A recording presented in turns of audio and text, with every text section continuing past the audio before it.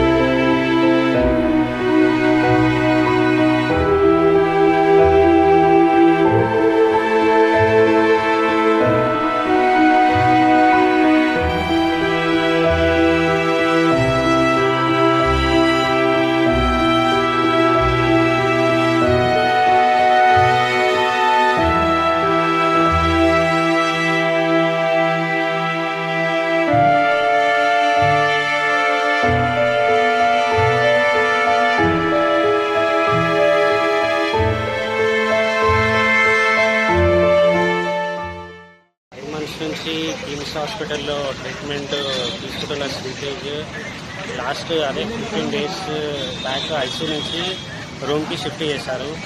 అతనికి ఇన్ఫెక్షన్స్ అనేది ఏమీ లేకుండా కొంచెం స్టేబుల్గా ఉన్నాడు. ఇప్పుడు 2 weeks నుంచి కూడా కొంచెం రూమ్లో స్టేబుల్గా ఉన్నాడు. డాక్టర్స్ ఇప్పుడు రిహాబిలిటేషన్కి ప్లాన్ చేసి రిహాబిలిటేషన్కి వెళ్తే బెస్ట్. ఇప్పుడు స్టేబుల్ ఉన్నప్పుడే రిహాబ్కి వెళ్ళి ట్రీట్మెంట్ అనేది కంటిన్యూ చేసిన తర్వాత మీరు ఇంటికి తీసుకెళ్ళొచ్చు అని చెప్పారు. అంటే ఇప్పుడు అందరు మనుషులను గుర్తుపడుతున్నారా? ఎట్లా ఉన్నది కండిషన్, ఎట్లా ఉంది అని చెప్తున్నారు. గుర్తుపడుతున్నాడా? మీరు రోజు చూస్తున్నారు కదా. బ్రెయిన్ కండిషన్ అయితే ఇంకా ఏం లేదు, ఖాళీ చూడడం చేస్తున్నాడు తప్ప గుర్తుపట్టడం అలా ఏం లేదు.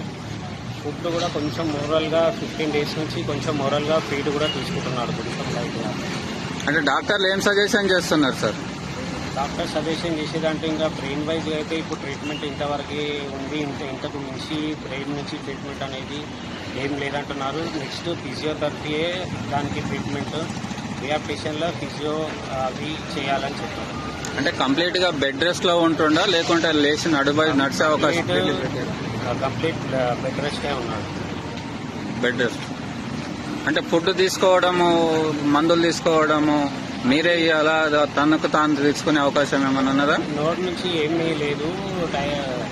ఇంతకుముందు నోస్ ఫీడ్ ఉండే, నోస్ నుంచి ఫీడ్ ఇచ్చారు. ఇప్పుడు గ్యాస్ట్రో స్ట్రిప్ చేసి కడుపుకి పైప్ పెట్టి అక్కడి నుంచి ఫీడ్ కానీ మెడిసిన్స్ కానీ అక్కడి నుంచి ఇస్తున్నారు. మరి అట్లాంటి సీరియస్ కండిషన్ ఉన్నప్పుడు హాస్పిటల్ నుంచి డిశ్చార్జ్ చేసి ఎందుకు తీసుకెళ్తున్నారు? మరి అంటే ఇంకా బ్రెయిన్ వైజ్ వేరే కండిషన్ అయితే నార్మల్గానే ఉన్నాయి. బ్రెయిన్ కండిషన్కి లాంగ్ టైం పడుతుందని చెప్పారు డాక్టర్స్. ఇక్కడ ఉంటే ఇంకా ఇన్ఫెక్షన్స్ అయ్యి అది ప్రాబ్లం అవుతుంది. ఇన్ఫెక్షన్ లేనప్పుడే డిశ్చార్జ్ చేస్తే ఓకే ఉంటుందని వాళ్ళు ప్లాన్ చేసి డిశ్చార్జ్ చేస్తారు. అంటే ఇక్కడ డాక్టర్స్ నర్సులు ఉండగానే ఇంత ట్రీట్మెంట్ జరుగుతుండని అలాంటి పొజిషన్ ఉంటే మీరు ఇంటికి తీసుకుపోయి ఎట్లా చూసుకోగలుగుతారు? ఇంటికంటే ఇంటికి తీసుకెళ్ళము. రిహాబిలిటేషన్ తీసుకెళ్ళి ఒక 15-20 days అక్కడ ఉన్న తర్వాత కొంచెం మళ్ళీ స్టేబుల్గా ఉంది అంటే హోమ్కి తీసుకెళ్తాం. ఈ సంఘటన జరిగి 140 రోజులు అవుతుంది. అంటే వాళ్ళ చిన్న పాప అంటే లాస్ట్ 20 days నుంచి రూమ్ ఐసీలో ఉన్నప్పుడు అయితే అలౌట్ చేయలేదు. ఇప్పుడు రూమ్కి ఇచ్చాక అలౌట్ చేశారు. కొంచెం పాప ఉంది అన్నయ్య అది ఇది అని అడుగుతున్నా కానీ ఏమీ బాబు నుంచి అయితే ఏం రెస్పాండ్ లేదు. మీకు గవర్నమెంట్ అభయం ఇచ్చింది కదా, మేమే ఖర్చు పెట్టుకుంటాం అని. ఇప్పుడు గవర్నమెంటే పెడుతుందా మీరు సొంతంగా ఖర్చు పెట్టుకుంటారా? సెకండ్ డే నుంచి ఫస్ట్ డే నుంచి అయితే మాకు సపోర్ట్ ఫిల్మ్ ఇండస్ట్రీ నుంచి అదే పుష్ప టీం నుంచి వాళ్ళు సపోర్ట్ చేశారు.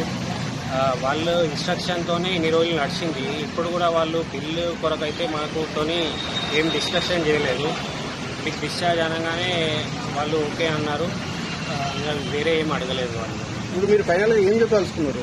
అంటే బాబు డిశ్చార్జ్ అవుతారు కదా ఈరోజు. డిశ్చార్జ్ తర్వాత ఎవరు పెట్టుకుంటారు ఖర్చు? వాళ్ళే పెట్టుకుంటా అన్నారా, గవర్నమెంట్ పెడతా అన్నారా, ఎట్లా?